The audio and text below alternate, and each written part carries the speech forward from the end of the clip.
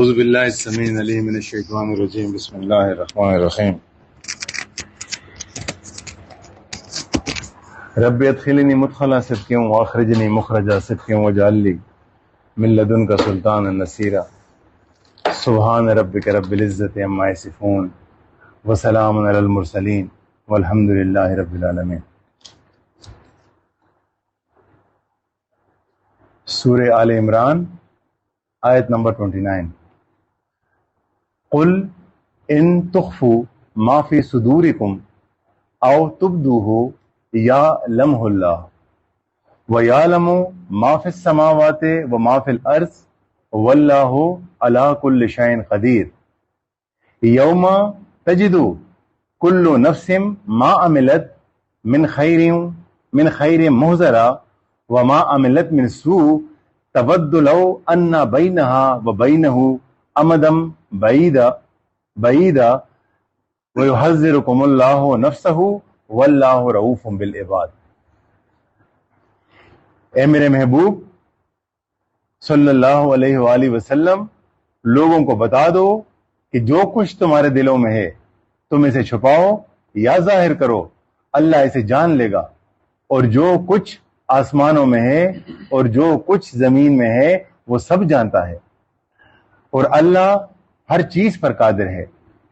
وہ دن یاد رکھو جس دن کسی بھی شخص نے نیکی کا جو کام کیا ہوگا، وہ دن یاد رکھو جس دن کسی بھی شخص نے نیکی کا جو کام کیا ہوگا اسے اپنے سامنے موجود پائے گا، اور برائی کا جو کام کیا ہوگا اس کو بھی اپنے سامنے دیکھ کر یہ تمنا کرے گا کہ کاش اس کے اور اس کی بدی کے درمیان بہت دور کا فاصلہ ہوتا، اور اللہ تمہیں اپنے عذاب سے بچاتا ہے۔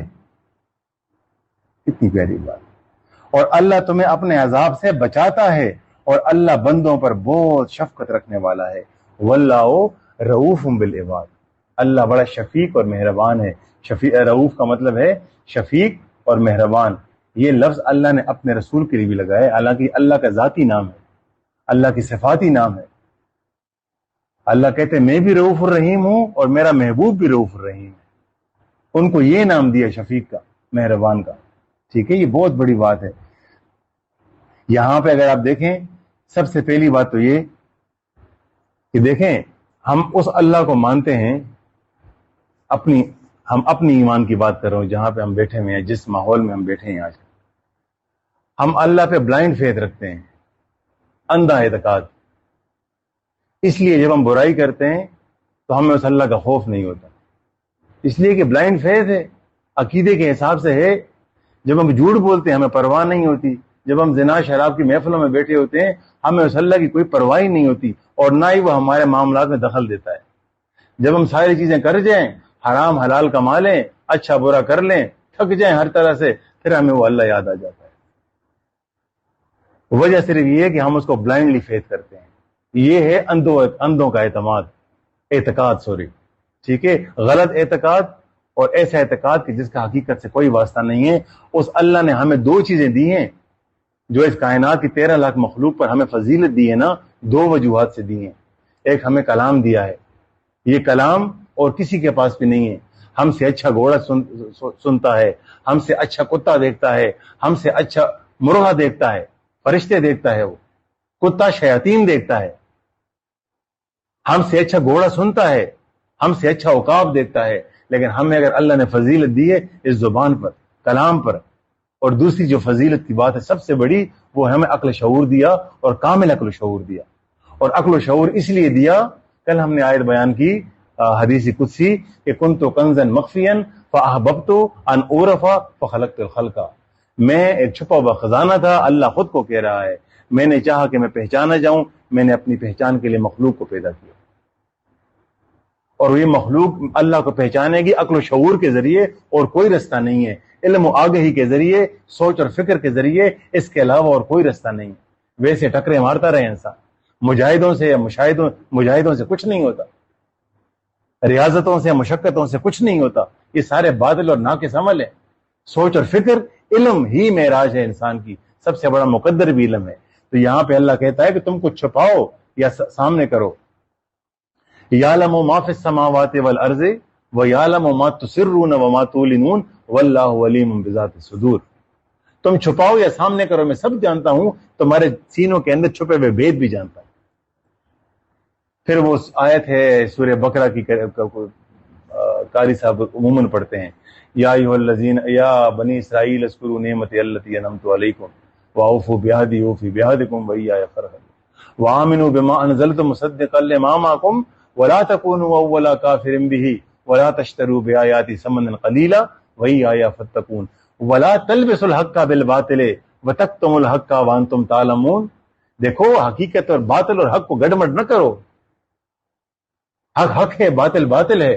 ولا تلبسوا الحق بالباطل وتکتموا الحق وانتم تعلمون. اور کوئی حق کی بات چھپاؤ بھی نہ، اللہ بہت خوب جانتا ہے. پھر اللہ نے ترتیب بتائیے، واقیموا الصلاۃ وآتوا الزکاۃ وارکعوا مع الراکعین. اپنی اطاعت پیدا کرو، قائم رہو نماز پر، زکوٰۃ پر قائم رہو، اور جھکنے والوں کے ساتھ جھک جاؤ، عاجز ہو جاؤ. کیونکہ نہ تم پہاڑوں کی اونچائی تک پہنچ سکتے ہو، نہ تم اپنے پیروں سے زمین کو پھاڑ سکتے ہو. اللہ کہتا ہے نا کہ یہ تم تکبر سے چلتے ہو، تم میں اتنا غرور ہے، اتنی تم میں اکڑ ہے، تو ذرا پھاڑو اپنی پاؤں سے زمین کو، یا پہنچ جاؤ اپنے سر کو ذرا پہاڑوں تک پہنچا دو. جب یہ دونوں کام نہیں کر سکتے تو میری زمین پہ آرام سے چلو انسانوں کی طرح. ٹھیک ہے، تو یہ اللہ یہاں پہ کہتے ہیں کہ تم سامنے کرو یہ جو وَيَعْلَمُ مَا فِي السَّمَاوَاتِ وَمَا فِي الْأَرْضِ وَاللَّهُ عَلَىٰ كُلِّ شَيْءٍ قَدِيرٌ. یہاں پہ اللہ نے یہ جو ہندو کہتے ہیں 7 جنم، ان کے پیچھے بھی جو پیغمبر ہی گزرے ہیں جنہوں نے ان کو بھگوان بنا کے شروع کر دیا. ٹھیک ہے، ہر یہ جو مذاہب بگڑے ہیں، جو مختلف ادوار بگڑے ہیں، یہ ایک دین اسلام ہی تھا. یہاں سے انہوں نے بگڑ کے کسی نے انبیاء کی تصویریں لگا دی، کسی نے کچھ لگا دیا، کسی نے سانپوں کو خدا بنا دیا، کسی نے کس کو خدا بنا دیا. تو وہ اللہ کہتا ہے کہ دیکھو یہ اتنی بڑی کائنات ہے، تو تم کیا سمجھتے ہو کہ ایک چھوٹی سی زمین نہ ہونے کے برابر ایک نقطہ ہے، جیسے یہاں پہ ایک چونٹی ہو اور یہ ساری کائنات ہو. تو تم کیا سمجھتے ہو کہ میں اس ایک زمین کے اوپر ہی انسانوں کو پیدا کیا ہے بس، باقی کہیں پہ بھی زندگی نہیں ہے؟ اللہ کہتا ہے ایسا نہیں ہے. اللہ الذی خلق 7 سماوات ومن الارض مثلہن. میں نے 7 آسمان پیدا کیے اور انہی کی مثل 7 زمینیں پیدا کی ہیں.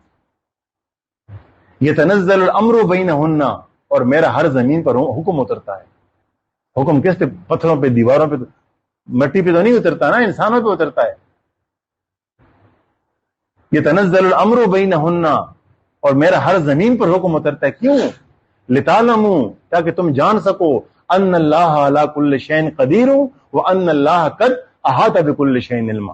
کہ اللہ ہر چیز پر قادر، تمام چیزوں پہ قادر ہے. اور یہ وہ اللہ ہے جس نے خود نہیں، خود پتہ نہیں کہاں ہے، اپنے علم سے تمام کائناتوں کا احاطہ کیا ہوگا. کس سے؟ علم سے. اور انسان کہتا ہے انسان کا اللہ کہتا ہے انسان کا سب سے بڑا مقدر بھی علم ہے. اچھی ذات پات صفات معاشرت، ٹھیک ہے، معاش ذریعہ، یہ نہیں ہے، علم ہے. اور ہر علم کے اوپر میں نے علم والا بٹھایا ہے. انما یخشی اللہ من عبادہ العلماء. اللہ کہتے ہیں مجھ سے صرف وہی بندہ ڈرتا ہے جو علم والا ہو. بے علم نہ تواں خدا را شناس. بے علم انسان خدا کی خدائی کو پہچان ہی نہیں سکتا، اس لیے کہ وہ تو خواہش نفس کا پیروکار ہے. اس کے پاس تو اپنا کوئی ڈیٹا ہے ہی نہیں کہ وہ نفس کی خواہش کو کمپیئر کرے حق کے ساتھ. ٹھیک ہے. اور پھر دوسری بات یہ کہ اللہ کہتے ہیں قیامت کا وہ دن ہے، سورہ جاسیہ میں، کل امت تدعی الی کتابها الیوم تجزون ما کنتم تعملون. آج تم سب کو کتاب دی جائے گی، آج جزا کا دن ہے.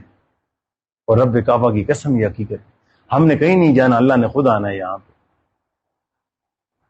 زمین پہ آئے گا، پوری زمین نور سے بھر جائے گی. اللہ اسی زمین پہ ہمارا حساب لے گا. ہم نے کہیں نہیں جانا، جنت اور دوزخ قریب کر دی جائے گی. کل امت تدعی الی کتابها. ہر کسی کو اس کی کتاب دی جائے گی. الیوم ما کنتم تعملون تجزون ما کنتم تعملون. آج تمہیں وہ دیا جائے گا جو تم عمل کرتے تھے. پھر اللہ کہتا ہے ھذا کتابنا. یہ وہ تیری تحریر ہے، یہ وہ تیری کیا کہتے ہیں اس کو، عمل نامہ ہے. ھذا کتابنا ینطق علیکم بالحق. آج یہ کتاب وہ منطق، وہ دلیل پیش کرے گی تیرے اوپر کہ حق کے ساتھ. انا نستنسخ ما کنتم تعملون. یہاں پہ اللہ نے ان فرشتوں کو مجبور کر دیا ہے. یہ جو کرامن کاتبین ہمارے دونوں طرف لکھتے ہیں نا، یہ اتنے پریشان ہیں کہ ان کے پاس غلطی کی گنجائش اللہ نے نہیں چھوڑی. کیوں؟ کیسے؟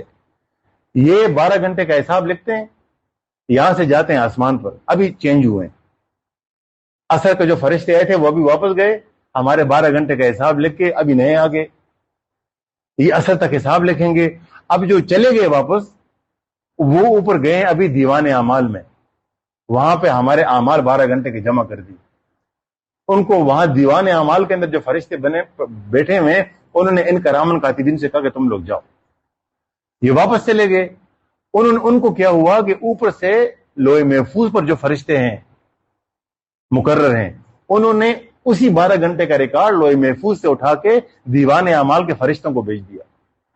اب فرشتوں کے پاس دیوان اعمال کا بھی 12 گھنٹے کا ریکارڈ ہوگا اس وقت, اور جو کرامن کاتبین نے 12 گھنٹے کا بھیجا ہے وہ بھی ہوگا. وہ کمپیئر ہوگا, ریکنسیلیشن ہوگی کہ کرامن کاتبین نے 12 گھنٹے میں کوئی غلطی تو نہیں کی, وہی کچھ لکھا ہے جو اللہ نے لوح محفوظ میں درج کیا ہوا تھا.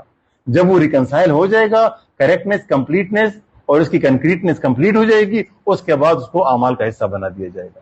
اس لیے کہ اللہ فرشتوں کے عوض بھی اپنے معاملات نہیں چھوڑتا.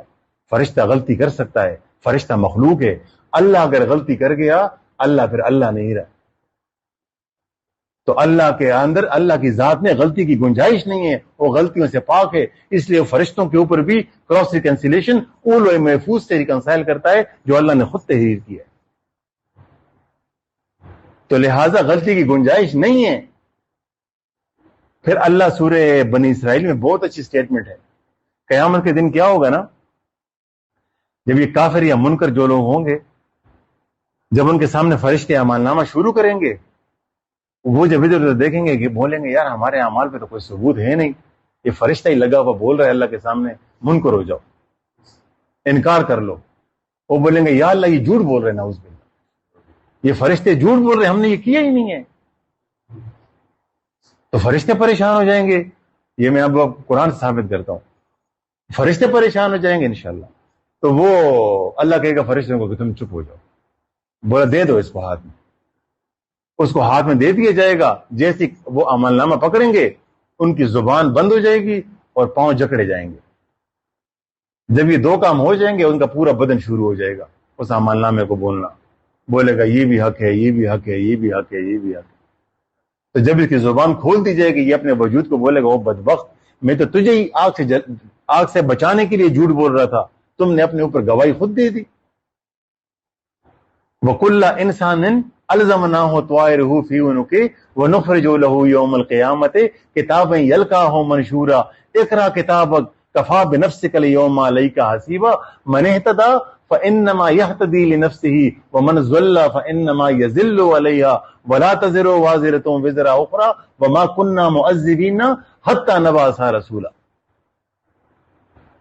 کہ جب انسان مرتا ہے تو فرشتے کیا کرتے, یہ کرامن کاتبین ہمارا پورا حساب لے کے ایک لفافے میں یا کسی چیز میں ڈال کے اس کے ساتھ رسی لگا کے قبر میں جب ہمیں ڈال دیتے ہیں اور مردے لوگ آ جاتے ہیں, اوپر سے بند ہو جاتے ہیں معاملہ, وہ اٹھا کے ہمارے گلے میں ڈال دیتے ہیں.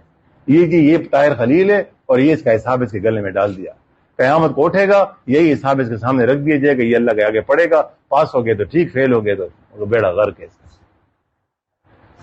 تو وہ قیامت کے دن فرشتے یہی قیامت کاتبین آئیں گے, جب ہم قبر سے اٹھیں گے ہمیں لے کے جایا جائے گا حشر کے میدان پر, اور وہاں پہ ہمیں یہی والا اعمال جو ہمارے ہاتھ میں دے دیا جائے گا اور ہم اس کو پڑھنا شروع کر دیں گے. وہاں پہ جو کامیاب ہو, اللہ کہتے ہیں کوئی بھی کسی کا وزن, کوئی ولی کسی دوسرے کا مرید کا وزن نہیں اٹھا سکتا. آج کل ولی پیدا ہوئے ہیں, وہ یوں ہاتھ کرتے ہیں, کہتے ہیں کہ ہم جنت میں تب جائیں گے جب سارے مریدوں کو ساتھ لے کے جائیں گے.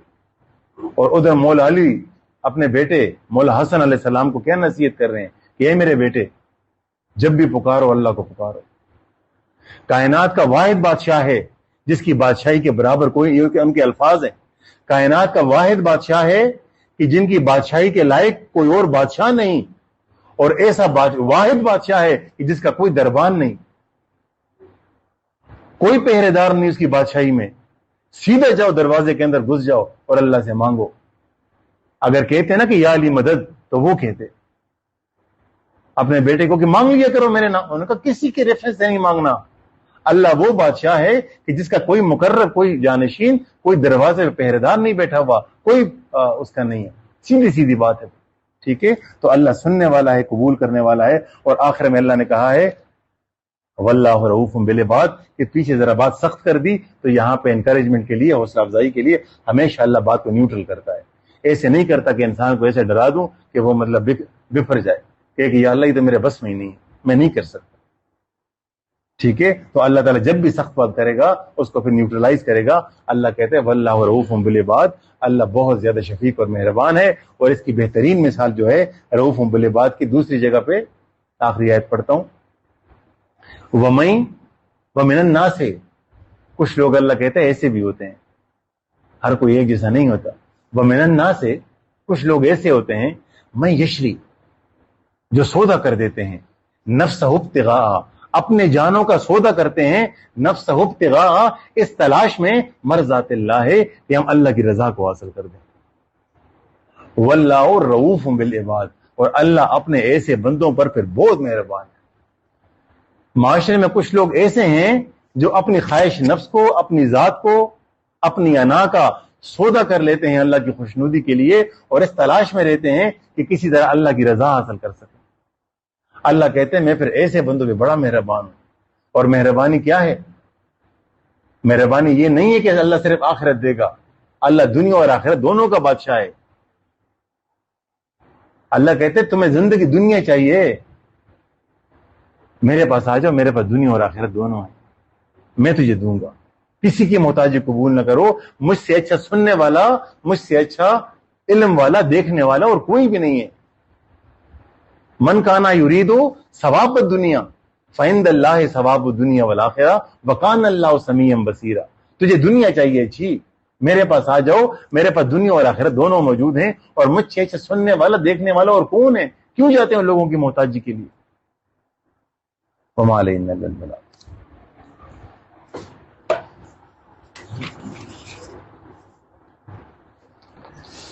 اے اللہ ہمیں دین کو سمجھنے کی توفیق عطا فرما. اے اللہ ہمیں نفس پرستی سے، بت پرستی سے، انا پرستی سے محفوظ فرما. اے اللہ ہمیں ہر قسم کے بخل سے، بغض سے، حرص سے، تکبر سے اور نجات فرما. یا اللہ ہمیں ہر قسم کے کینہ سے، ہر قسم کے نفاق سے، ہر قسم کی بخیلی سے محفوظ فرما. اے میرے مولا ہمیں ہر قسم کے تکبر سے محفوظ فرما، حقارت کی نظر سے محفوظ فرما. ہمیں اعتدال سے زندگی گزارنے کی توفیق عطا فرما. حق کے انکار سے محفوظ فرما. ہمیں کفر، بدعت اور شرک سے کی ذلتوں سے محفوظ فرما. ذاتی صفت اور ریاکاری سے محفوظ فرما. دکھلاوے سے محفوظ فرما. یا میرے مولا ہمیں ہر قسم کی برائی سے، بے حیائی اور بد کرداری سے محفوظ فرما. یا اللہ ہمیں ہر قسم کے تہمت سے، بہتان سے، غیبت سے اور چغلی سے محفوظ فرما.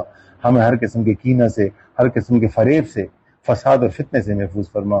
وصلی اللہ تعالی علی خیر خلقہ محمد و آلہ و اصحابہ اجمعین برحمتک یا ارحم الراحمین. اچھا میں نے وہ کیا ہے کچھ